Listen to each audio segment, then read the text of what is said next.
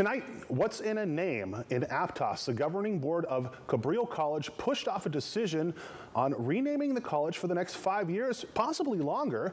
KON's Natalie Gutierrez is in Aptos. She's explaining the reason behind the 6-1 vote. Cabrillo College staff is focused on finding solutions for current issues at the school before any discussion surrounding the selection of a new name.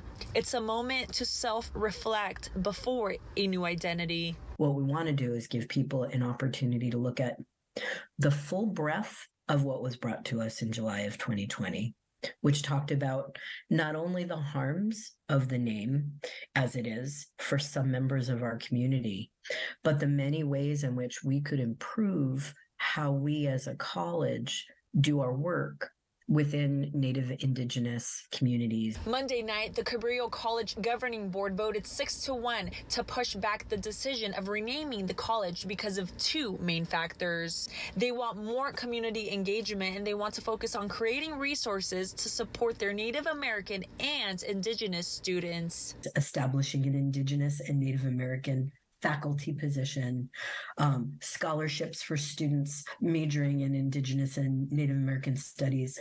They would all be tied in some way to establishing or really more fully establishing a multicultural center for the college. Staff tells me the name of the college has ties to conquistadors. The college is named after Juan Rodriguez Cabrillo. He was a Spanish explorer. Cabrillo College staff tells me Native Americans and Indigenous students and other minorities do not want a name that honors the horrors of colonization. It's a decimation of their ancestors.